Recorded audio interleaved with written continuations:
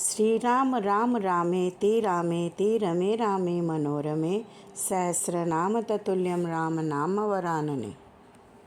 पिछले सर्ग में आपने सुना कि किस प्रकार से भगवान श्री राम और लक्ष्मण विश्वामित्र जी के साथ गए और सरयू नदी को पार किया। अब आगे सुनिए।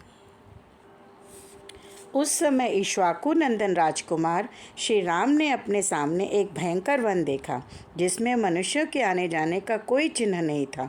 उसे देखकर उन्होंने मुनिवर विश्वामित्र जी से पूछा, गुरुदेव, यह वन तो बड़ा ही अद्भुत एवं दुर्गम है और यहाँ चारों ओर झिल्लियों की झनकार सुनाई देती है।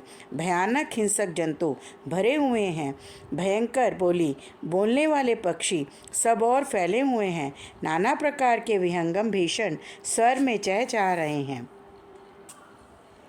इस वन के बारे में कुछ बताइए। तब विश्वामित्र जी ने कहा, एक यक्षिणी जो अपने शरीर में 1000 हाथियों का बल धारण करती है, उसका नाम ताटका है।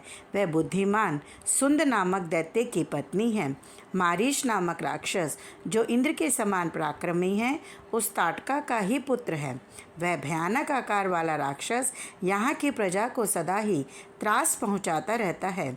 यह यक्षिणी 1.5 योजन तक के मार्ग को घेरकर इस वन में रहती है। अतः हम लोगों को जिस ओर ताटका वन है उधर ही चलना चाहिए। तुम अपने बाहुबल का सहारा लेकर इस दुराचारिणी को मार डालो।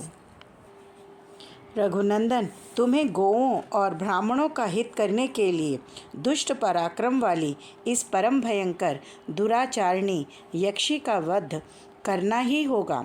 ताटका महापापिनी है, उसमें धर्म लेशमात्र भी नहीं है।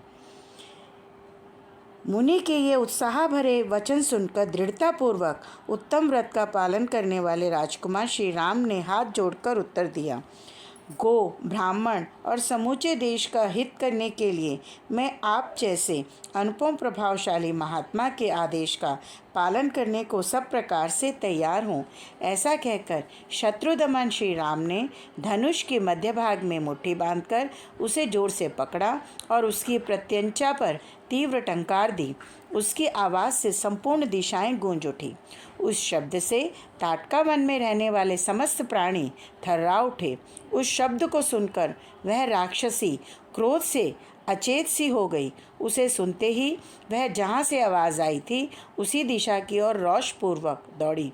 उसके शरीर की ऊंचाई बहुत अधिक थी। उसकी मुखाकृति विकृत दिखाई देती थी। क्रोध से अचेत हुए ताटका वहाँ आ पहुँची और एक बाँह उठाकर गर्जना करती हुई श्री राम की ओर झपटी। यह देखकर ब्रह्म ऋषि विश्वामित्र ने अपने हुंकार के द्वारा उसे डांटकर कहा, रघुकुल के इन दोनों राजकुमारों का कल्याण हो, इनकी विजय हो। तब ताटका ने उन दोनों रघुवंशी वीरों पर भयंकर धूल उड़ाना आरंभ किया। उस धूल का विशाल बादल सा छा गया था। तत्पश्चात माया का आश्रय लेकर वह उन दोनों भाइयों पर पत्थरों की बड़ी भारी वर्षा करने लगी। यह देख रघुनाथ जी उस पर कुपित हो उठे। वह पत्थरों की भयंकर वर्षा करती हुई आकाश में विचरण करने लगी। श्री राम और लक्ष्मण पर चारों ओर से प्रस्तरों की वृष्टि होती देख तेजस्वी गाधीनंदन विश्वामित्र ने इस प्रकार कहा, श्री राम, इसके ऊपर तुम्हारी दया करना व्यर्थ है। वह बड़ी पापिनी और दुराचारिणी है, सदा यज्ञ में विघ्न डाला करती है। यह अपनी माया से पुनः प्रबल हो उठे, इसके पहले ही इसे मार डालो। अभी संध्या काल आना चाहता है, इसके पहले ही यह कार्य हो जाना चाहिए, क्योंकि संध्या के समय राक्षस दुर्जय हो जाते हैं। विश्वामित्र जी के ऐसा कहने पर श्री राम ने शब्दभेदी बाण चलाने का शक्ति का परिचय देते हुए बाण मारकर प्रस्तरों की वर्षा करने वाली उस यक्षिणी को सब ओर से अवरुद्ध कर दिया। उनके बाण समूह से घिर जाने पर माया बल से युक्त वह यक्षिणी जोर जोर से गर्जना करती हुई श्री राम और लक्ष्मण के ऊपर टूट पड़ी। उसे चलाए हुए इंद्र के वज्र के भांति वेग से आती देख श्री राम ने एक बाण मारकर उसकी छाती चीर डाली। तब ताटका पृथ्वी पर गिरी और मर गई। उस भयंकर राक्षसों की मारी हुई देख देवराज इंद्र और देवताओं ने श्री राम को साधुवाद देते हुए उनकी सराहना की। मुने, कुशिकानंदन, आपका कल्याण हो। आपने इस कार्य से इंद्र सहित संपूर्ण देवताओं को संतुष्ट किया है। प्रजापति कुशाश्व के अस्त्र रूपधारी पुत्रों को, जो सत्य पराक्रमी तथा तपोबल से संपन्न हैं, श्री राम को समर्पित कीजिए। राजकुमार श्री राम के द्वारा देवताओं का महान कार्य संपन्न होने वाला है। सभी देवता विश्वामित्र जी की प्रशंसा करते हुए प्रसन्नतापूर्वक आकाश मार्ग से चले गए। तत्पश्चात संध्या हो गई। उसी दिन वह वन शापमुक्त होकर रमणीय शोभा से संपन्न हो गया और चैत्र रथ वन की भांति अपनी मनोहर छटा दिखाने लगा। यक्ष कन्या ताटका का वध करके श्री रामचंद्र जी देवताओं तथा सिद्ध समूहों की प्रशंसा के पात्र बन गए। उन्होंने प्रातःकाल की प्रतीक्षा करते हुए विश्वामित्र जी के साथ ताटका वन में निवास किया। ताटका वन में वह रात बिताकर महायशस्वी विश्वामित्र हंसते हुए मीठे स्वर में श्री रामचंद्र जी से बोले, महायशस्वी राजकुमार, तुम्हारा कल्याण हो। ताटका वध के कारण मैं तुम पर बहुत संतुष्ट हूँ, अतः बड़ी प्रसन्नता के साथ तुम्हें सब प्रकार के अस्त्र दे रहा हूँ। इनके प्रभाव से तुम अपने शत्रुओं को, चाहे वे देवता, असुर, गंधर्व अथवा नाग ही क्यों न हो, रणभूमि में बलपूर्वक अपने अधीन करके उन पर विजय पा जाओगे। वीर, मैं तुमको दिव्य एवं महान दंड चक्र, धर्म चक्र, काल चक्र, विष्णु चक्र तथा अत्यंत भयंकर इंद्र चक्र दूंगा। नरश्रेष्ठ इंद्र का वज्रास्त्र, शिव का श्रेष्ठ त्रिशूल और तथा ब्रह्मा जी का ब्रह्मशिर नामक अस्त्र भी दूंगा। महाबाहो, साथ ही तुम्हें ऐशिकास्त्र तथा परम उत्तम ब्रह्मास्त्र भी प्रदान करता हूँ। इनके सिवा 2 अत्यंत उज्ज्वल और सुंदर गदाएं, जिनके नाम मोदकी और शिखरी है, मैं तुम्हें अर्पण करता हूँ। पुरुष सिंह, राजकुमार राम, धर्मपाश, कालपाश, वरुण पाश भी बड़े उत्तम अस्त्र हैं। इन्हें भी आज तुम्हें अर्पित करता हूँ।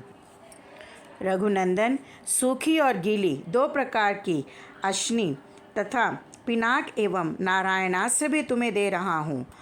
अग्नि का प्रिय आग्नेय अस्त्र, जो शिखर रास्त्र के नाम से भी प्रसिद्ध है, तुम्हें अर्पण करता हूँ। अस्त्रों में प्रधान जो वायव्यास्त्र है, वह भी तुम्हें दे रहा हूँ। हैशिरा नामक अस्त्र, क्रौंच अस्त्र तथा 2 शक्तियों का भी तुम्हें दे देता हूँ। कंकाल, घोर, मूसल, कपाल तथा किंकणी आदि सब अस्त्र जो राक्षसों के वध में उपयोगी होते हैं, तुम्हें दे रहा हूँ।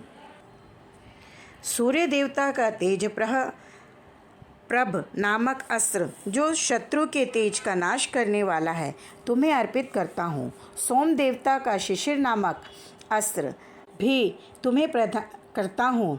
ऐसा कहकर मुनिवर विश्वामित्र जी उस समय स्नान आदि से शुद्ध हो पूर्वाभिमुख होकर बैठ गए और अत्यंत प्रसन्नता के साथ उन्होंने श्री रामचंद्र जी को उन सभी उत्तम अस्त्रों का उपदेश दिया, जिन अस्त्रों का पूर्ण रूप से संग्रह करना देवताओं के लिए भी दुर्लभ है।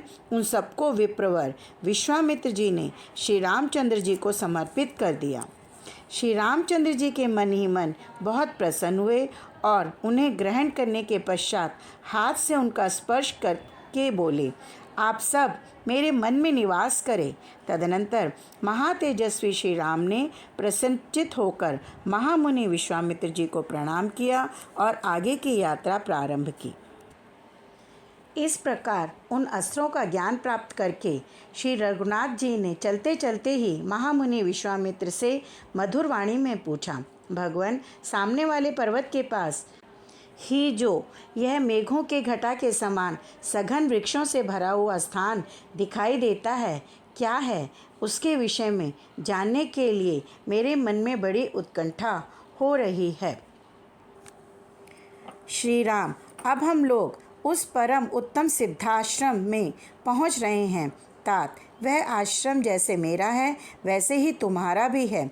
ऐसा कहकर महामुनि ने बड़े प्रेम से श्री राम और लक्ष्मण के हाथ पकड़ लिए और उन दोनों के साथ आश्रम में प्रवेश किया। विश्वामित्र जी को आया देख सिद्धाश्रम में रहने वाले सभी तपस्वी उनके पास आए और सबने मिलकर उन बुद्धिमान विश्वामित्र जी की यथोचित पूजा की। इसी प्रकार उन्होंने उन दोनों राजकुमारों का भी अतिथि सत्कार किया। 2 घड़ी तक विश्राम करने के बाद रघुकुल को आनंद देने वाले शत्रुदमन, राजकुमार श्री राम और लक्ष्मण हाथ जोड़कर मुनिवर विश्वामित्र जी से बोले, मुनिश्रेष्ठ, आज आप ही यज्ञ की दीक्षा ग्रहण करें, आपका कल्याण हो। उनके ऐसा कहने पर महातेजस्वी महर्षि विश्वामित्र जितेंद्रिय भाव से नियम पूर्वक यज्ञ की दीक्षा में प्रविष्ट हुए। वे दोनों राजकुमार भी सावधानी के साथ रात व्यतीत करके सवेरे उठे और स्नान आदि से शुद्ध हो प्रातःकाल की संध्योपासना तथा नियम पूर्वक सर्वश्रेष्ठ गायत्री मंत्र का जप करने लगे। जब पूरा होने पर उन्होंने अग्निहोत्र करके बैठे हुए विश्वामित्र जी के चरणों में वंदना की। श्री वाल्मीकि निर्मित आर्ष रामायण आदि काव्य के बालकांड से यह उत्सर्ग लिया गया है। जय सिया राम।